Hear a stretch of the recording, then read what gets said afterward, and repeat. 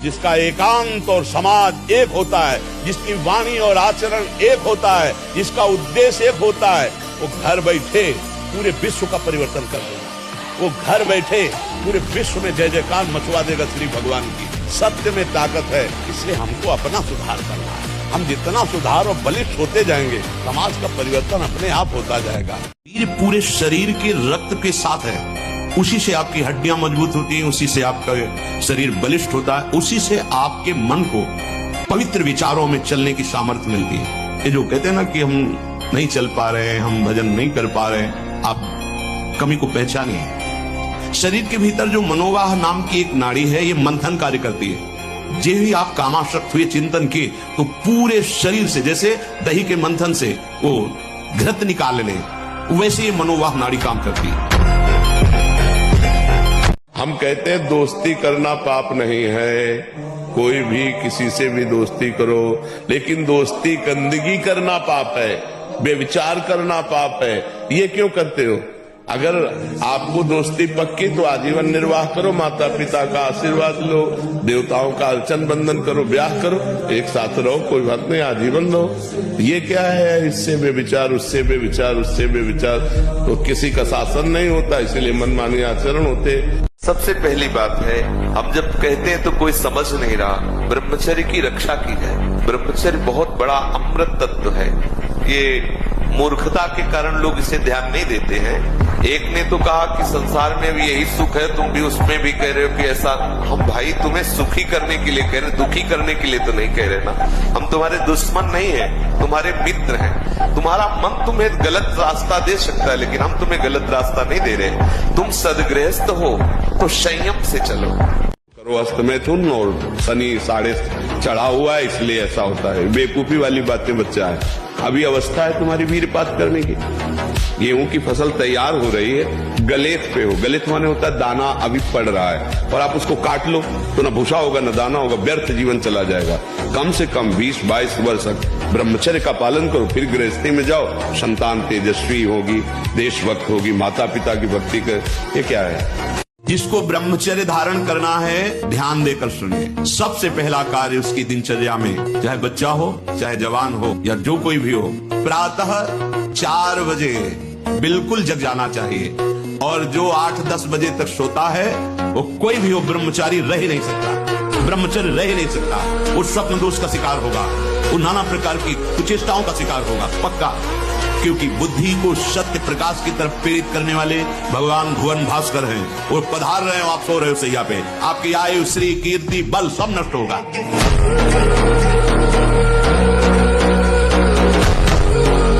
जिसको ब्रह्मचर्य धारण करना है, ध्यान देकर सुनिए। सबसे पहला कार्य उसकी दिनचर्या में, चाहे बच्चा हो, चाहे जवान हो, या जो कोई भी हो, प्रातः 4 बजे बिल्कुल जग जाना चाहिए।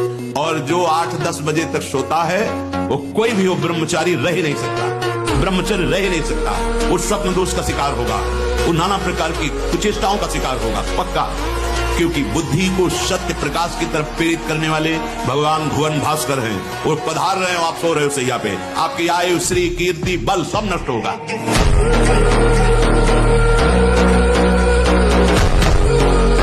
बॉडी बनाई कि बिगाड़ दी? आप विचार करो। बॉडी बनाने के लिए ये दवाइयों की जरूरत नहीं, ब्रह्मचर्य की जरूरत है। दंड बैठक मारो, ब्रह्मचर्य रहो, 2-4 किलोमीटर दौड़ो, पवित्र भोजन पाओ, मुर्गा मुर्गी नहीं, पवित्र भोजन पाओ। फिर आप देखो आपके शरीर में कैसा बल आता है, उत्साह आता है। तो ये जिनको भ्रम है कि हम बॉडी बना के फुला करके कुछ बलवान बनने जाएंगे, बिल्कुल नहीं। ब्रह्मचर्य से रहो, सात्विक भोजन पाओ, कुछ व्यायाम करो, आपके अंदर कड़वी दवा होती है। समझ में नहीं आता ऐसा क्यों कहते हैं। पक्का समझिए, गुरु वाक्यों पर कभी अश्रद्धा ना हो तो नीचे ढलान में जाने वाला भी ऊपर चढ़ जाएगा। अपने गुरु जी के वाक्य पर कोई तर्कना नहीं, कोई संशय नहीं, किसी से सलाह नहीं। अगर उन्होंने तुमसे कहा कि तुम केवल लकड़ी चीरो, तो लकड़ी चीरते चीरते तुम्हें परमात्मा प्राप्ति हो जाएगी। अब तुम्हारे माला चलाने से परमात्मा प्राप्ति नहीं होगी। गुरु जी ने कहा गेट में खड़े रहो, तुम जिंदगी भर केवल गेट में खड़े रहो। बोले यार ना हमारी ठाकुर सेवा होती है, ना हमारा भजन होता है, ना कोई सेवा, बस वो गेट में खड़े खड़े निकुंज मिल जाएगा। क्योंकि गुरु वाक्य है ना, तो गुरु वाक्य से सब काम बन जाएगा। प्रश्न ये है कि कभी कभी लोग तेज आवाज में लाउड स्पीकर से गायत्री मंत्र, अपराध, गलती नहीं है, अपराध। पंचाक्षरी मंत्र, गायत्री मंत्र, द्वादशाक्षर मंत्र, ये तभी तो बुद्धि भ्रष्ट हो जाती है, तभी तो उसका लाभ नहीं मिलता। एक गायत्री मंत्र ब्रह्म स्वरूप है, साक्षात ब्रह्म स्वरूप है। अब ये चीजें ऐसे थोड़ी कि माइक से बोली जाए, पता नहीं भगवान कैसी प्रेरणा देते हैं जो लोग माइक से मंत्रों का उच्चारण करते हैं, वैदिक मंत्रों को। नहीं, बिल्कुल गलत है, मतलब ये ठीक नहीं है, इसीलिए बुद्धि ठीक दिशा में नहीं जा रही। नहीं तो लिखा है ना, नाना प्रकार की विलासिता इसने तुम्हारे मन का अपहरण कर लिया है। बचाओ अपने मन को और मनमोहन की तरफ लगाओ, प्रभु की तरफ लगाओ। मान लो इन महापुरुषों की बात, आज तक कभी कोई तृप्त नहीं हुआ कोई भी शरीर। श्री उड़िया बाबा जी महाराज, मूर्तिमान ब्रह्म, ब्रह्मचर्य ही महान सामर्थ्य, परम पुरुषार्थ, भगवत प्राप्ति का प्रबल साधन है। परम सुख का, परम शांति का, परम स्मृति का, महान धृति का ये प्रधान साधन ब्रह्मचर्य है।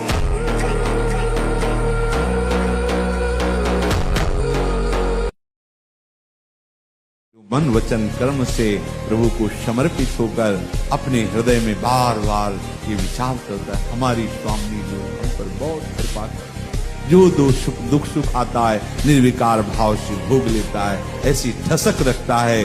मेरी प्यारी जी, मेरे प्यारे जी, वो प्रियाजू के चरणारविंद में निश्चित पहुंच जाएगा। वो कुंज महल की टहल सुख दंपति संपत्ति पाई है निश्चित। कैसे? जैसे पिता की संपत्ति का अधिकारी वो लक्षणहीन, गुणहीन, वो बिना पढ़े लिखे वो बच्चा पा लेता है क्योंकि वो उसका बच्चा है। ऐसे ही हम कई बच्चा के पेट हम प्यारे जो के चरणों में समर्पण वृत्ति को धारण करें। ये बहुत बड़ी समर्पण वृत्ति, बहुत बड़ी बात है। लाडली से संबोधन होने पर आपको लगता है कोई भूली सूरत, कोई भूली भाली एक नव किशोरी, सामर्थ्यहीन, ऐसे खिलौना, ऐसा लगता होगा। लाडली, जानते हो लाडली कौन है? ये जो अष्टभुजा, सहस्त्रभुजा, शतभुजा धारण की हुई चंडिका, कराली, कालिका, कात्यायनी, महामाया, विचित्र विचित्र, ईशानी, सची, दिव्य स्वतंत्र, भागवत शक्तियां, ये सब लाडली जी के अंश से हैं।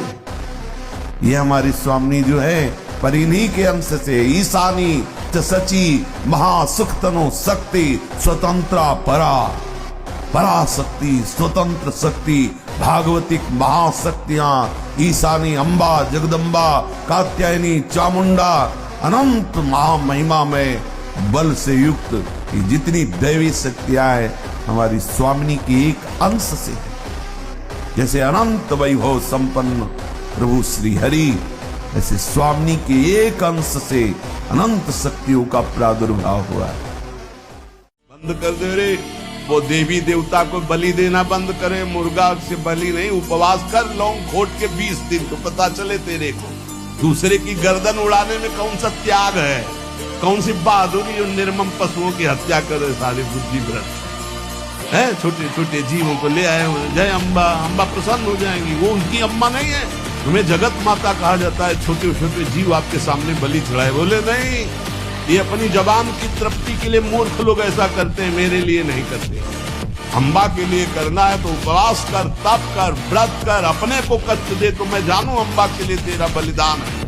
छोटे छोटे बकरे बकरियां इनको ले आए, निर्मम जीव बोल सकते नहीं, म्याऊं काट दिया, बोले जय अम्बा बड़ी प्रसन्न हुई, हमने अम्बा के लिए कुछ दिया। देख लेना अम्बा खून काट कर तेरा पीगी, नहीं पिया हो तो भागवत में पढ़ के देख लो। जिस सभा में भगवान की निंदा हो, भगवान के नाम की निंदा, उठकर खड़ा होकर विरोध करके चल देना चाहिए।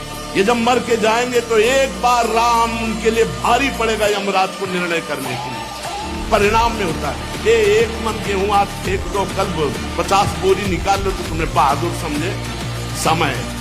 समय अगर निरंतर जपोगे तो इसी जन्म में तुम्हें अनुभव हो जाए। हम कह रहे दूसरे की बात मानने की जरूरत, आप खुद देखो। जब नाम तुम्हारे जीवन में नहीं था तो तुम क्या थे, आज नाम है तुम्हारे जीवन में तो क्या हो, खुद देख लो। दूसरे की कहने की क्या जरूरत है। भक्ति ये छाती प्रमाण है इसका। ये मन आपको कैसे फंसाता है, ये आपके सामने आपकी कमजोरी पा गया है। जीव सुख समुद्र का अंश है, केवल सुख चाहता है, और सलाह और दिशा दोनों गलत हो गई। सलाहकार मन प्रकृति से मिला हुआ है और दिशा विषय भोगों की तरफ चली गई। अब ये जिस विषय को कह देता है ये स्वीकार कर लेता है। अब इस बात को आपको काटना होगा।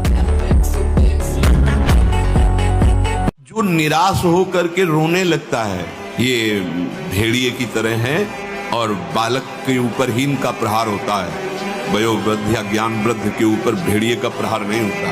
ये काम क्रोधादि उन्हीं के ऊपर ज्यादा प्रहार करते हैं जिनको रोना धोना पसंद है।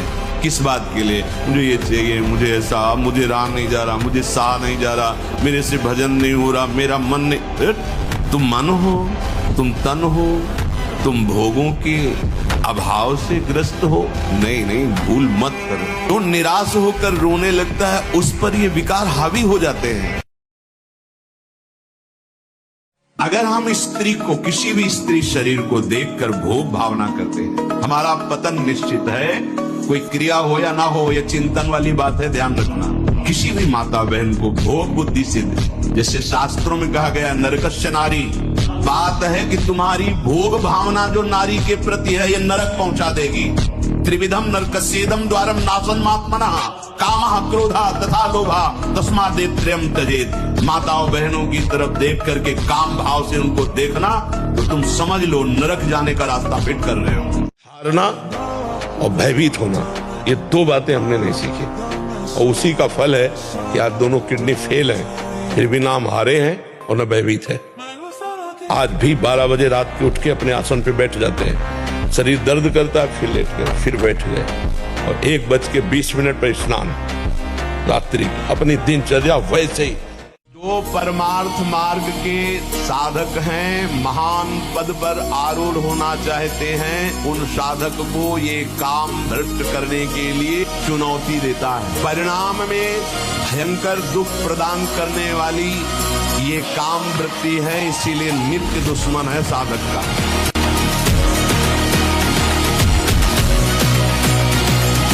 मनुष्य के अंदर जब तक अहम में कामना रहेगी, जन्म मरण बंधन में पड़ा रहेगा, चाहे जहां भाग के जाए, चाहे जिस भेष को धारण कर ले। ये शास्त्र है, समझिए। ये जड़ पदार्थों की तरफ आकर्षण जड़ शरीर की अहमता से है कि मैं मनुष्य हूँ, मैं पुरुष हूँ, मैं स्त्री हूँ, इसी में काम बैठा है। इसका त्याग करने की बात कही गई है। अगर घर में सामग्री बना के रखने से तुम्हारा घर करोड़पति हो जाए तो जिसने बना के दिया वो अरब खरबपति होना चाहिए, क्योंकि उसको तो ज्ञान है। तुम्हें अंगूठी पहनाने से भाग्य बदल जाए तो इसी से समझो कि इसके पास तो हजारों अंगूठियां, इसका तो भाग्य ऐसा होना चाहिए कि सोने के महल में बैठ के अंगूठी बेचना चाहिए।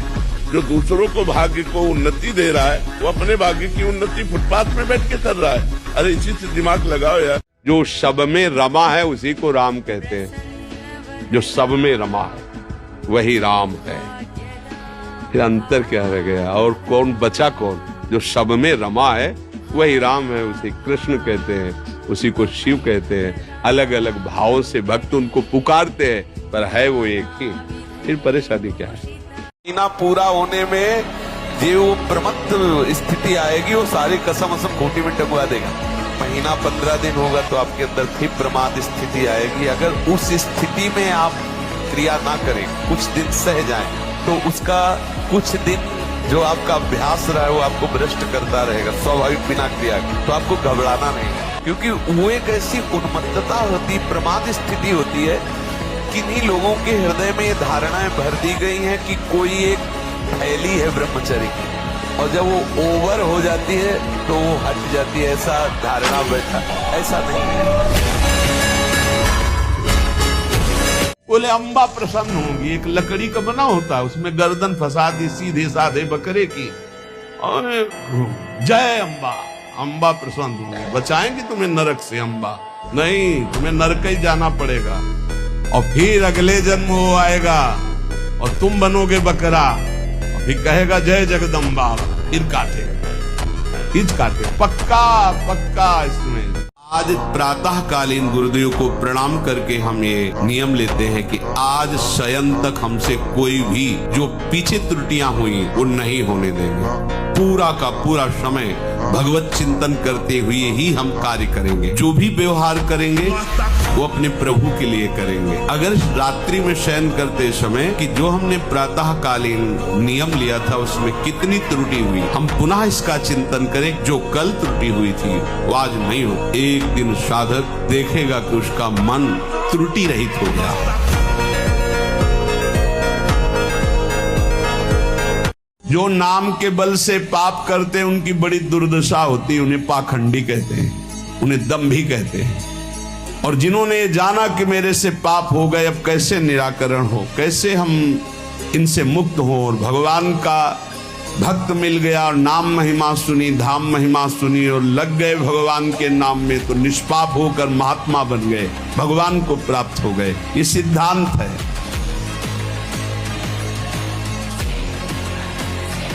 मैं भगवान का दास हूं। का विपरीत शरीरों को भोगने की प्रबल इच्छा यही हमारी दुर्गति कराती चली आई है। ये ऐसा दलदल है, इस दलदल में प्रथम बार जब से उतरे आज तक नहीं निकल पाए। धसता ही चला गया जो इस काम भोग रूपी दलदल में गिरा। जो शरीर आकर्षण, इससे बचो, नष्ट हो जाओगे। तुम्हारे जीवनी शक्ति एक सीमित है। अभी यौवन अवस्था है, नष्ट कर लो, फिर किसी काम के नहीं रहोगे। ना भगवत चिंतन, ना शरीर चिंतन का रह जाएगा। केवल शोक चिंतन, चिंता, भय और केवल नाना प्रकार की भयावह कल्पनाएं।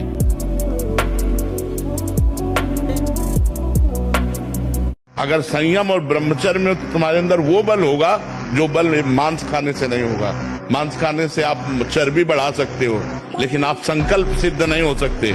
पूर्व के ऋषि मुनि ऐसे थे, लेकिन कुछ भी कर सकते थे क्योंकि पवित्रता थी, सत्य संकल्प था। आज हमारी पवित्रता नष्ट हो रही है। आज हम अपवित्र भोजन पा रहे हैं। अगर ब्रह्मचर्य से रहो और पवित्र अन्न पाओ और डट के व्यायाम करो तो तुम किसी को भी परास्त कर सकते हो।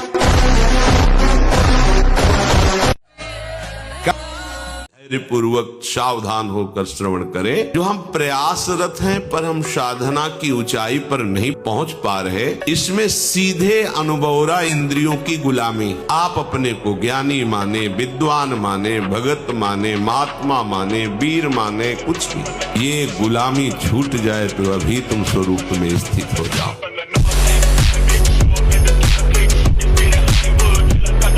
प्रभु आप अपने लायक बना लो, आप अपने लायक मैं मानता हूं गलत हूं, पर आप अपने लायक बना लो मेरी सामर्थ्य नहीं कि गलत तो हम हैं, पर हम प्रभु को नहीं छोड़ सकते। ये हमारी अंदर की बात है, इसको समझ लेना। गलत है, अपराध कर, गलती जो मानो आप, पर हम आपको अब नहीं छोड़ सकते। ये मत सोचो कि तुम कहीं से झांक कर देख रहे हो, तुम्हारी तरफ कोई देख रहा, मुस्कुरा दिया मतलब तुम्हारे नाश के लिए बाण संधान हो चुका है होश में। इसे तुम प्यार मत समझना।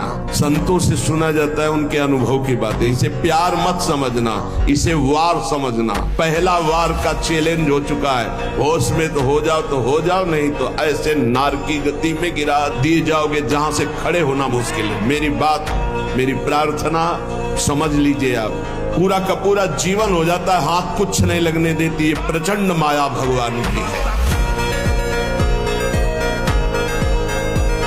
मानो लालजू से किसी ने पूछा कि आपको अगर खरीदना चाहे तो कोई मूल्य है? बोले इतना न तपस्या में ताकत है और न किसी मंत्र अनुष्ठान में ताकत है और न किसी यज्ञ याज्ञ में ताकत है। अगर कोई खरीदना चाहता है तो मैं अपना मूल्य बताता हूं, वो है राधा नाम। राधा नाम के श्रवण मात्र से, राधा नाम के उच्चारण मात्र से, राधा नाम के चिंतन मात्र से मैं उसके अधीन हो जाता हूं। संबंध प्रभु से स्वीकार कर लो, छाती चौड़ी करके डोलोगे। सच्ची कह रहे, कितने मतलब परेशानियां हैं। अगर रिपोर्ट देखोगे तो जिधर देखो पूरा सिस्टम खराब। पोटेशियम वो बढ़ा हुआ, फास्फोरस वो बढ़ा हुआ, क्रिएटिनिन वो बढ़ा, तो होश खराब हो जाएंगे। यहाँ सब बढ़ा हुआ, हम उससे बड़े हुए। प्रेमानंद भी बढ़ा हुआ, क्या करेगा? बोले तुम्हारा दिल बढ़ गया। हमका तो ऐसे दिल में दिलवर पधारने वाले बड़ा नहीं होगा तो और क्या होगा? छोटे दिल वाले प्यार थोड़ी करते, बड़े बोले बड़े दिल वाले हैं तो अपने लोग बड़े दिल वाले। सच्ची शरणागति, पूर्ण समर्पण। अब मैं नहीं रह गया, अब हरि आके बैठ गए, क्योंकि पूरा उनके नाम कर दिया ना, तो अब आके विराजमान हो। जब मैं था तब हरि नहीं, अब हरि है मैं नाही, प्रेम गली अति साकरीता में दो न समाहि। अब उसके हृदय में एक रहे हो नंदलाल की स्थिति आ गई, बैठ गए आकर प्रभु। यह है पूर्ण समर्पण। दिमाग में भार क्यों? भगवान का भरोसा, अध्यात्म बल जब तक जागृत नहीं होगा तब तक विश्राम नहीं मिलना किसी को। क्यों चिंता करते हैं? में भोगों की त्याग वृत्ति अधिक है, बहुत जल्दी सिद्ध होता है। जो पुरुषार्थ तो करता है पर साथ में भोगों को भी भोगता है, उसकी आसक्ति भजन में नहीं हो पाती। एक आदमी ध्यान करे और एक आदमी नाम जप नाम कीर्तन करे तो थोड़े समय में तुम देख लेना कि नाम जापक और नाम कीर्तन करने वाले की आध्यात्मिक उन्नति कितनी जोर की हुई है। गुरुदेव भगवान, आपकी तरह अखंड ब्रह्मचर्य का पालन कैसे किया जाए? कृपया करके मुझे वो नियम बताएं। पहला, ब्रह्म मुहूर्त में जगना। जग करके हम इतना जल पिए कि या तो हमें उल्टी हो जाए या पच जाए, और इसके बाद थोड़ा टहलिए, वज्रासन में बैठ के फिर शौच जाइए, फिर स्नान कीजिए जरूरी, और फिर आधा घंटा व्यायाम कीजिए, कठोर व्यायाम जैसे दंड बैठक, ऐसे फिर आधा घंटा आसन कीजिए जो योगी का आसन है, फिर अपनी दिनचर्या में उतर जाए। जब भीष्म जी ने भगवान को देखा, दासी रूप से द्रौपदी को लेकर हमारे पास आए और हमें छल से आशीर्वाद दिलवा दिया, सौभाग्यवती भव, तब कहा ठीक है, मुझे पता चल गया है, जब मैंने प्रण लिया पांचों पांडवों को जीवित रहा तो मारूंगा, तो आपने सौभाग्यवती का आशीर्वाद दिलवा दिया। तो आज मैं गंगा पुत्र भीष्म प्रण लेता हूँ। आपने जो प्रण किया था कि महाभारत युद्ध में अस्त्र नहीं कहूंगा, तो मैं गंगा का पुत्र भीष्म नहीं कहलाऊंगा यदि कल आपसे अस्त्र ग्रहण न करवा दूं।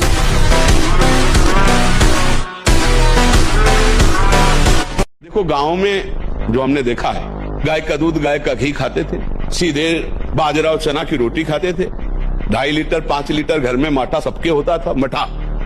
और ऐसा मृत्यु के बाद अगर हम नरक जा ही रहे हैं और वहां पर हमको वो यातनाएं दी ही जा रही हैं, तो इसका मतलब है कि हमको तो दंड मिल ही रहा है। नहीं, अगर नाम जप करते हो तो नहीं, उसके आगे आप सुनना कि किसी न किसी व्यक्ति से शुभ और अशुभ कर्म बन ही जाता है, तो क्या सबको नरक जाना पड़ता है? तो उनका नहीं, जो यहाँ अपने कर्म का प्रायश्चित कर लेता है, जैसे हम कहते हैं नाम जप करो, जैसे कोई कहता है हमसे बहुत पाप हो गए, अब मुझे बचा लो, तो हम कहते हैं भगवान की शरण में आओ और नाम जप करो, ये सब नष्ट हो जाएगा। अब लोग प्रश्न कर देते हैं, 4 लोगों ने मिलकर के उसके साथ ऐसा ऐसा किया, ये किया, ये किया, भगवान कहाँ था? भगवान ने खेती दे दी है, बीज दे दिया, क्या बोना चाहते हो? जो बोगे वही काटोगे। तुम अल्पज्ञ हो, तुम क्या जानते हो? उसकी 3 प्रकार की लीलाएं हैं, 3 प्रकार के बीज हैं, सतोगुण, रजोगुण, तमोगुण। क्या बोलते हो? ये कर्म भूमि है, जो बोगे वही खाओगे, वही काटोगे। होश में तुम्हारे दोष देने से भगवान का सिद्धांत तो नहीं बदल जाता, भगवान को कोई फर्क नहीं पड़ता। जो बाल्यावस्था से वीर संचय किया, कोई ऐसी असत क्रियाएं नहीं की और भगवत चिंतन परायण रहा, तो वो ऊर्ध्व रेता हो जाता है। ये अखंड वीर धारण करने वाला कोई मनुष्य नहीं हो सकता, वो साक्षात देव हो जाता है, भगवत स्वरूप हो जाता है, वो मनुष्य धरा से ऊपर उठ जाता है, उसमें दिव्यता आ जाती है।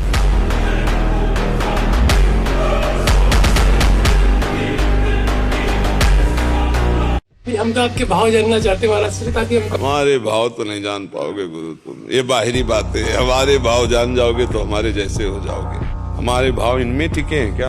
इनसे टिके हैं भाव। ये हमारी उपलब्धि है, ये उपलब्धि है। लोहे की एक कार में चल जा रहे हैं, ये उपलब्धि है। लोग वाह वाह कर, ये उपलब्धि देखो, तो उपलब्धि कहाँ देखी? जीवन की उपलब्धि ये तो बाहरी है यार, माया की उपलब्धि है। हमारी उपलब्धि है थोड़ी। ब्रह्मचर्य परम जीवन, परम पुरुषार्थ ब्रह्ममय है। परमार्थ की शुरुआत ही ब्रह्मचर्य से होती है। शरीर में जितनी पावर शक्तियां हैं, वो सबका अंतिम रूप वीर्य है। सबका अंतिम रूप, सप्तम धातु का अंतिम रूप बनता है जाकर वीर्य।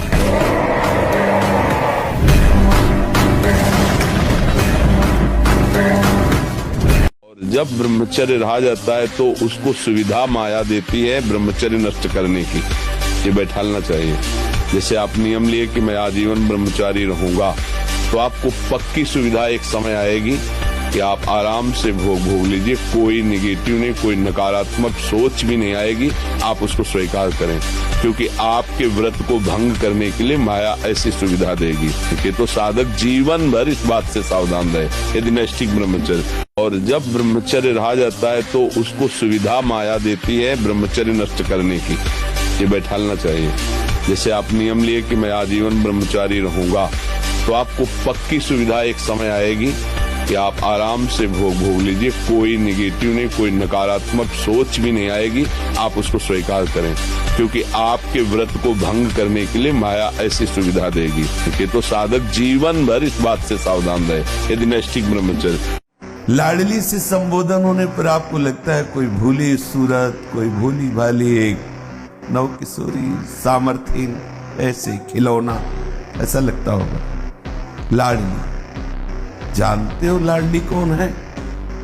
ये जो अष्टभुजा, सहस्त्रभुजा, शतभुजा धारण की हुई चंडिका, कराली, कालिका, कात्यायनी, महामाया, विचित्र विचित्र, ईशानी, सची, दिव्य स्वतंत्र, भागवत शक्तियां, ये सब लाडली जी के अंश से हैं। ये हमारी स्वामी जो है पर इन्हीं के अंश से ईशानी, सची, महासुख तनु शक्ति, स्वतंत्रा परा, पराशक्ति, स्वतंत्र शक्ति, भागवतिक महाशक्तियां, ईशानी, अम्बा, जगदम्बा, कात्यायनी, चामुंडा, अनंत महामहिमा में बल से युक्त ये जितनी दैवी शक्तियां हैं हमारी स्वामिनी की एक अंश से है। जैसे अनंत वैभव संपन्न प्रभु श्री हरि, ऐसे स्वामिनी के एक अंश से अनंत शक्तियों का प्रादुर्भाव हुआ है। पूर्ण समर्पण, जब तक कोई समर्पण करने वाला करता रहता है तब तक पूर्ण समर्पण माना ही नहीं जाता। पूर्ण सहाय होकर प्रभु को पुकारा, प्रभु के चरणों में समर्पित होने का पूर्ण उत्साह, वो आकर सारे अहम को अपने चरणों में ले लिया। अब वही रह गया, समझ रहे? सत्य कहते सेवक वाणी पूरी होते होते बिल्कुल ठसक आ गई। मन क्रम वचन शुद्ध सकल मत हमसे हित हरिवंश भाषी। एक दिन में एक बार के पाठ में गुरुजी ने पूरा का पूरा हरिवंशी बना दिया। एक दिन वो उन्हीं कथानिक पाठ को हम रोजे ही करते, पूरी सेवक वाणी कंठस्थ थी, चतुरासी जी कंठस्थ, स्फुटवाणी कंठस्थ, सुधा निधि कंठस्थ। अब तो सब स्मृति शक्ति कमजोर होती जा रही है। नहीं तो यही परिक्रमा में चलता था, परिक्रमा लगाते हुए तो पहले हरिवंश सुनाम कहो। हरिवंश सुनाम का परिणाम हरिवंश सुधर्मिन संग लाओ। जो खूब हरिवंश नाम जब करता है उसे हरिवंश धर्मियों से प्रेम हो जाता है, अपने घर के लगने लगते हैं। जो धर्मिन सो प्रीति नहीं तो कहा भयो धर्मी जो कहा हो। यदि धर्मियों से प्रेम नहीं तो क्या हुआ तुम्हें धर्मी कहलाने से। हरिवंश सुनाम सदा तिनके। जो हरिवंश धर्मी है उन महापुरुषों की सुख संपत्ति श्यामा श्याम है। तो जो हरिवंश नाम जापक है उन्हें हरिवंश धर्मियों का संग मिला।